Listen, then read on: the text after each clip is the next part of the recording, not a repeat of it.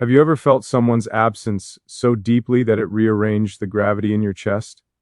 Like everything you built suddenly tilted because one person stepped away. I keep asking myself that as I talk to you, because you're the only one who might understand what it feels like when silence becomes louder than any argument we ever had. I'm talking to you like you're sitting across from me, elbows on the table, eyes locked on mine, because that's how it feels in my head. I'm not lecturing you, I'm confessing. And I need to know, have you ever left someone without realizing they were standing at the edge, barely holding on? When you walked away, you didn't slam doors. You didn't shout. You just disappeared. And that might be the part that still hurts the most. No explosion, no dramatic goodbye, just a quiet withdrawal, like you decided my need was inconvenient, like loving me required more patience than you had left. I replay that moment constantly. You know the one. I was exhausted, stretched thin, carrying too many expectations on my back. I told you I needed you, not in some poetic way, not dressed up with pride. I said it plainly, maybe even awkwardly, and you looked at me like you didn't recognize me anymore. Do you remember that look? Or did you already start leaving before that? People think strength is about never needing anyone. That's a myth. Strength is knowing who you can lean on without the ground collapsing. I thought you were that ground. And when you stepped away, it wasn't just you who left. It was the version of me who believed I didn't have to face everything alone. My mother saw it before I did. She always does. She watched me sit longer at the table, staring at nothing, pushing food around like it had offended me. She didn't ask questions at first. She never does. She waits, protective, observant. And when she finally spoke, her voice was calm, but her eyes weren't. They were sharp with concern. "She's gone, isn't she?" she asked. I didn't answer right away. I shrugged like it was temporary, like distance was a scheduling issue instead of an emotional one. My mother didn't buy it. She never buys lies wrapped in confidence. She told me she didn't trust anyone who leaves when things get heavy. She said, "Love doesn't retreat when it's tested. It shows up louder." Did you know that hurt more than your silence? Hearing her say what I was afraid to admit, hearing someone who has always protected me question your intentions, it made me defensive. I argued for you. Can you believe that? I defended you when you weren't even there. I told her you needed space, that you were overwhelmed, that you'd come back when things settled. She looked at me like she was watching a child insist the fire won't burn this time. She didn't push. She just reached across the table and held my hand. That was enough to break something open inside me. Because here's the truth I haven't said out loud until now. I needed you in ways I didn't know how to explain without sounding weak. And you needed me to be unshakable. We were mismatched in that moment. And instead of leaning toward me, you leaned away. Do you feel that tension right now? That pull between wanting to understand and wanting to be understood? At night, I kept my phone face down, like I was punishing it for not lighting up. Every vibration that wasn't there felt like a reminder that you chose quiet over us. I told myself you'd reach out, that you'd realize absence isn't neutral, it's a decision. But days passed, then more days, and with each one I felt something in me tighten, like I was bracing for impact that never came. I started questioning myself. Was I too intense, too open, too much when things got complicated? You never said that. But silence has a way of rewriting history. It makes you doubt your own memories. It makes you ask if needing love at the wrong time is a crime. My mother noticed the cracks widening. She asked me if you ever asked how I was doing during that time. I avoided the question. She pressed gently like she always does when she's afraid I'm lying to myself. Love doesn't vanish when it's inconvenient. She said it stays even when it's messy. I wanted to believe you were still staying just from a distance. But distance doesn't hold your hand at 3 a.m. Distance doesn't hear the tremor in your voice when you admit you're scared. Distance doesn't choose you. And yet, I keep talking to you like this because part of me believes you didn't mean to hurt me. That maybe you were scared too. That maybe you didn't know how to stand next to me without losing yourself. Have you ever walked away from someone because you didn't know how to stay? I'm not angry as much as I'm bewildered. You left when I needed you most, and I'm still trying to understand whether that means you never really saw me or whether you saw me too clearly and panicked. My mother says, people show you who they are during moments like that. I don't know if she's right. I just know I'm here talking to you because there's still a question hanging between us, one that hasn't been answered, one that keeps me awake. And as I sit with that question, with your absence echoing louder than any goodbye, I can't help but wonder what you were feeling when you chose to leave and whether you ever looked back. I keep wondering if you felt it too, the exact moment when everything shifted. Because for me, it wasn't dramatic. It was subtle, like a system drifting off course by a fraction of a degree, just enough that you don't notice until you're impossibly far from where you meant to be. Do you remember the last real conversation we had? Not the polite check ins, not the surface level I'm busy exchanges. I mean, the last time was just you and me, unfiltered.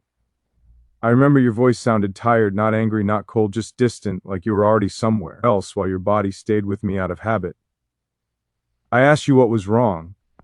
You said nothing. That word again, nothing.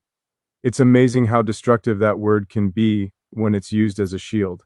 I didn't push. Maybe that was my mistake. Or maybe I pushed too much before and this was your way of breathing. I still don't know. That uncertainty eats at me more than any truth could because at least truth gives you something solid to stand on. Silence just leaves you floating. My mother warned me about that kind of quiet. She said when someone stops sharing their inner world, they're already packing their emotional bags. I didn't want to hear it. I told her you were just under pressure, that life was heavy, that people don't always know how to communicate when they're overwhelmed. She listened, but I could feel her worry hovering. She asked me one question that night that I haven't been able to forget. When was the last time she asked how you were doing? I couldn't answer. That's when it hit me. While I was unraveling, you were retreating. While I was trying to hold us together with honesty, you were protecting yourself with distance. And maybe that wasn't malicious. Maybe it was instinct, but instinct can still cause damage. I started noticing the gaps, the way you replied slower, the way your words lost warmth like they were being edited for safety. You stopped sharing small things, the random thoughts, the tiny observations that used to make me feel like I lived inside your mind. Without those, everything felt transactional, efficient, empty. Have you or been with someone who slowly turns down the volume on love until you're straining just to hear it? I tried to adapt. I told myself not to need so much, to be lighter, easier, less demanding. I convinced myself that if I could just hold my breath a little longer, you'd come back emotionally. That if I didn't ask for reassurance, you'd offer it freely. That didn't happen. Instead, there was that day, the day I admitted I wasn't okay. I didn't dramatize it. I didn't collapse. I just said I was struggling, that I needed support. I remember the pause on the other end. Not long, but long enough. Long enough for fear to creep in. You said you didn't know how to handle that right now. Right now. Those words landed harder than you probably realized, because right now implied a future where maybe you could. And I held on to that possibility like it was a promise, even though you never said it was. My mother heard the conversation from the other room, not the words, just the tone. She didn't interrupt. Later, she asked me if you were strong enough to love me when I wasn't at my best. That question felt unfair at the time. Now it feels necessary. I defended you again. I said love doesn't come with manuals. That people get scared. That fear doesn't mean absence. She nodded, but her face didn't soften. She said something that stays with me. Fear explains behavior. It doesn't excuse it. Do you see the difference? That night I lay awake thinking about all the times I showed up for you. Without hesitation. When you doubted yourself, when you felt lost, when you needed reassurance that you mattered. I never once considered leaving. It never crossed my mind to step back because it was inconvenient. That's when the imbalance became impossible to ignore. I'm not saying I was perfect. I know I can be intense. I know I feel deeply and expect honesty at the same depth. But isn't that what intimacy is? Seeing each other clearly and choosing to stay anyway? You didn't stay. Instead, you started framing distance as necessity, space as clarity, time as a solution. And maybe for you it was. But for me, it felt like abandonment dressed up as self-care. Have you ever watched someone slowly detach while telling you everything is fine? The worst part wasn't the loneliness, it was the confusion. Not knowing whether to wait or walk away, not knowing if reaching out would push you further or remind you of us. I felt like every move I made could be the wrong one. My mother stopped asking about you after that. That silence from her was louder than her questions. It told me she'd already accepted something I was still resisting, and then came the day you didn't respond at all. No warning, no explanation, just absence. Clean, surgical, like you decided disappearing was kinder than staying and disappointing me further. I stared at my phone for hours, not because I expected a message, but because I couldn't believe this was how it ended. No closure, no acknowledgement of what we aired, just a void where you used to be. That was the moment I realized you didn't leave because you didn't care. You left because you cared, but not enough to stay when it required courage. And that realization broke something in me that hasn't fully healed. I don't know if you ever understood the weight of that choice. I don't know if you thought I'd bounce back easily unaffected, or if you assumed strength meant immunity. Strength doesn't mean you don't feel loss, it means you survive it. And here I am still talking to you because part of me believes you never meant to hurt me, that you were just running from something you didn't know how to face. The question is, were you running from me or from yourself? I used to believe distance would dull the pain. That time would smooth the edges, turn sharp memories into something manageable. But what no one tells you is that distance doesn't erase. It clarifies. It strips away the noise and leaves only what was real. And what was real is this. You left when I was exposed, when the armor was off, when I trusted you enough to show you the parts I usually keep hidden. Do you know how rare that is for someone like me? I don't open doors easily. I design systems, plans, futures, but emotions don't follow blueprints. When I let you in, it wasn't impulsive. It was deliberate, calculated even. I weighed the risks. I decided you were worth it. That's why your absence felt less like rejection and more like a miscalculation I couldn't undo. You vanished. My days kept moving. Meetings, conversations, responsibilities. From the outside, nothing looked broken. That's the illusion people like me project. Forward motion as proof of stability. But inside, there was a constant echo of unfinished sentences. Things I never got to say. Questions you never answered. My mother watched me closely during that time. She didn't hover, but she noticed everything. The way I worked later, the way I stopped talking about the future. She told me I was retreating into productivity because it was the only place I still felt in control. She wasn't wrong. One night, she sat beside me while I stared at a screen that had long gone dark. She said she recognized this version of me, the one who builds walls out of ambition when emotions become unpredictable. She told me she worried I was turning heartbreak into isolation. I told her isolation was safer. She asked me if it was lonelier than being left. I didn't answer. Do you see what your leaving did? It didn't just take you away, it reshaped how I protect myself. It made vulnerability feel like a liability again. And the worst part is I don't even know if you realize the ripple effect of your absence. I replay our memories differently now. Not romantically, analytically. I search for signs, early warnings, moments where you hesitated and I chose optimism instead of listening. I wonder if you ever felt overwhelmed by how deeply I cared. If my intensity felt like pressure instead of devotion? If that's true, why didn't you say something? My mother asked me that too. She said people who care communicate discomfort. People who leave without explanation are often protecting themselves from accountability. That idea bothered me. I didn't want to believe you avoided the conversation because it would force you to confront your own limitations, but the silence supports her theory. Have you ever avoided a goodbye? Because saying it out loud would make it real. There was a moment weeks after you disappeared when I almost reached out. I typed your name, stared at it, thought about asking the one question that mattered. Why? Not to accuse you, not to beg, just to understand. My mother saw me hesitate. She told me I had already asked that question with my openness, with my honesty, with my willingness to stay. She said reaching out again would only teach you that disappearing had no consequences. That was hard to hear because part of me wanted to believe you deserved another chance to explain yourself, that you might not even realize the damage you caused. But another part of me, the part that was slowly rebuilding, knew she was right. I didn't send the message. That decision felt like both strength and loss. Strength because I chose dignity over desperation. Have you ever looked at someone and thought you understood the future, only to realize one moment later that the future had other plans for you? I'm asking you that because right now as I talk to you, I can still remember the exact second my chest tightened. Not the dramatic kind you see in movies. This was quieter, more dangerous, the kind that sneaks up on you while you're pretending everything is under control. You know that feeling, don't you? When you're used to solving problems, building things, predicting outcomes, and then one human being walks in and shatters your equations. You're sitting here with me. So let me talk to you like I would to a friend late at night when the world slows down and the noise fades.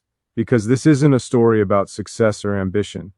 This is about how I never expected my future wife to make me cry like this and how it started long before I understood what she meant. At first, she didn't look like destiny. That's the strange part. No lightning strike, no cinematic music, just a conversation that lingered longer than it should have. Have you ever had that? A moment where time stretches just enough to make you uneasy. I noticed how she listened, not politely, not passively. She listened like your words mattered more than the room around you. That scared me more than I'll ever admit out loud. Because when someone listens like that, they see things you've spent years keeping locked away. And you know what it's like to keep walls up, right? To build yourself into someone who doesn't need anyone else. I thought I was immune to this kind of thing. I had already lived through love that burned hot and collapsed under its own weight. I had learned how attachment can turn into distraction, how emotions can interfere with clarity. That's what I told myself. But she didn't push. She didn't demand. She just existed in my space and somehow changed the temperature of it. The first time my mother asked about her, I hesitated. That should tell you something. My mother has always been protective, isn't even the right word. She watches patterns. She sees storms before clouds form. When you grow up with someone like that, you learn early that love isn't just about who you choose. It's about who stands beside you when things fall apart. So, who is she? My mother asked casually. But you and I both know there's no such thing as casual with her. I gave a vague answer. You've done that too, haven't you? When you're not ready to make something real by saying it out loud. She looked at me for a long moment, too long. You sound different, she said. That was the first crack. Because I was different. I just didn't want to admit why. You see, when you spend your life being the one who leads, who decides, who carries weight, falling feels irresponsible. Falling feels like losing control. And she made me feel like I was already leaning even when I stood still. The night everything shifted. I was exhausted, not physically, emotionally, the kind of tired you can't sleep off. She noticed immediately. She always did. You don't have to be strong right now, she said. Do you know how dangerous those words are to someone who's built his entire identity around strength? I laughed it off, made a joke, changed the subject, but inside, something gave way because I realized no one had said that to me in years. Not sincerely, not without wanting something in return. That's when I understood the fear. Not fear of losing her, fear of needing her. I went home that night and couldn't think straight. I replayed every conversation, every look, every pause. You've been there, lying awake, staring at the ceiling, bargaining with your own thoughts, telling yourself this is temporary, telling yourself you're imagining things. My mother called the next morning. You didn't sleep, she said. Not a question. How do mothers do that? How do they hear the truth between your breaths? I didn't answer right away, and in that silence, she knew. Be careful, she said gently. You give too much when you love. That hit harder than any warning, because she wasn't accusing, she was worried. Do you feel that tension right now? The pull between wanting something deeply and knowing how much it could cost? I wanted to tell her she was wrong, that I had learned, that I had control, but my voice didn't cooperate. Instead, I asked myself something I'd avoided for years. What if this isn't a weakness? If this is the thing I've been running from? The next time I saw her, she sensed the shift immediately. She always did. She asked if I was okay, and for a moment, I almost told the truth. Almost. I told her a safer version instead, that I was thinking too much, that things felt complicated. She smiled softly. Not dismissive, understanding. Complicated doesn't scare me, she said. Silence does. That's when it happened. That tightness in my chest turned into something sharper. My throat burned. I looked away because I refused to let her see it. I had faced pressure, failure, public scrutiny, but this was different. I excused myself, stepped outside, breathed in cold air like it could reset me, and then, standing there alone, I realized something that shook me more than any loss I'd known before. I cared, not casually, not intellectually, deeply enough that the thought of hurting her or being hurt by her made my eyes sting. Have you ever reached a moment where you realize there's no safe exit anymore? Because that's where I was, between the woman who saw me and the mother who knew exactly what that meant, between who I had been and who I was becoming without permission. I wiped my face before going back inside. She didn't say anything. She didn't need to. She just reached for my hand briefly, like a promise she wasn't asking me to make yet. That night stayed with me, the quiet kind of night that changes the way you wake up the next morning. And as I talk to you now, I can tell you this. Nothing prepares you for the moment love stops being an idea and starts being a risk. Do you feel that shift too? That sense that something is unfolding whether you're ready or not? Because once that door opens, it doesn't close the same way again. Have you ever noticed how silence gets louder after you admit something to yourself? Because that's what happened next.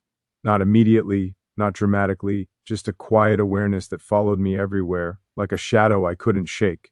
I'd be sitting across from you, nodding, listening, pretending I was present, and inside my mind would drift back to her expression that night. The calm in her eyes, the patience, the way she didn't chase me when I stepped away. That kind of restraint does something to you. It makes you wonder if you're the one being studied. You see, I'm used to intensity, big emotions, fireworks, conflict that explodes and burns out. But this was different. This was slow, intentional, almost surgical, and that scared me more than chaos ever could. I started pulling back. Not completely, just enough to test the ground. You've done that, right? When you're not ready to jump, but you want to see if the bridge holds. She noticed immediately. She didn't confront me. She didn't accuse. She asked questions that felt harmless but weren't. Are you okay? You seem distant. Did I do something? Those questions aren't loud, but they echo. I told myself I was protecting her, that I didn't want to drag her in. Oh, my world. The pressure, the expectations, the unpredictability. That's a convenient lie, isn't it? It sounds noble. It hides fear behind responsibility. My mother saw through it within days. You're disappearing again, she said when we talked. That's what you do when you're afraid. I almost laughed. Almost. 'Cause hearing your pattern spoken out loud strips away your excuses. I'm not afraid, I said automatically. She didn't argue. She rarely does when she knows she's right. Then why do you sound like you're bracing for impact? That question stayed with me because the truth was I was waiting for something to go wrong. I was watching her for cracks, flaws, warning signs, anything that would justify retreat. Not because she gave me reasons, because I needed them. Do you recognize that impulse? The need to prove your fear correct so you don't have to face hope. The night it all came to a head wasn't planned. Nothing big ever is. She invited me over, simple, casual, no expectations. I almost said no. I should have said no if I wanted to keep pretending I was in control. When I arrived, the place felt lived in, warm, not curated, not performative. It felt like someone who expected to stay. We talked, we laughed, normal things. And then without warning, she brought up my mother. She worries about you, she said gently. I froze.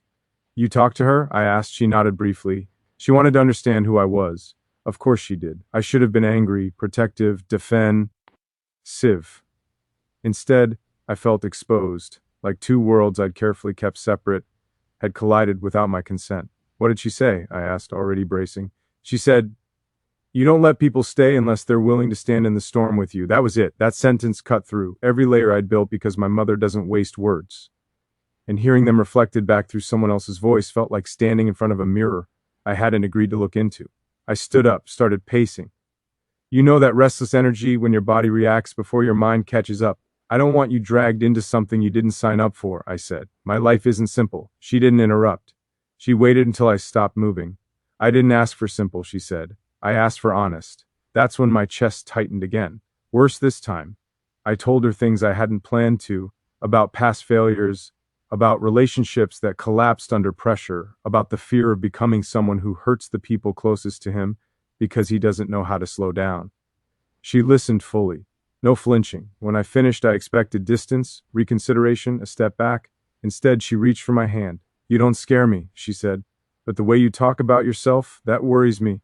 No one had ever said that to me before, not as an accusation, as concern, and something broke. Not loudly, quietly, the way a dam cracks before it collapses.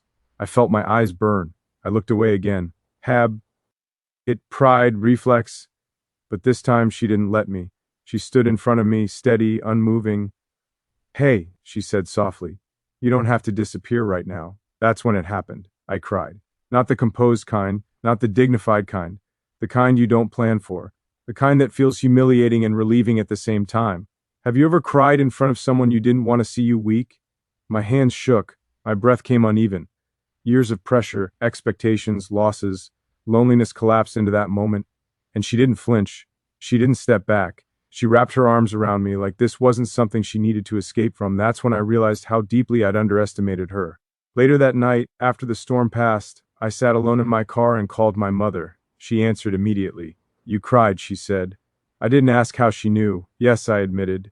There was a pause, then something rare in her voice. Relief. That's good, she said. It means you stopped running for a moment.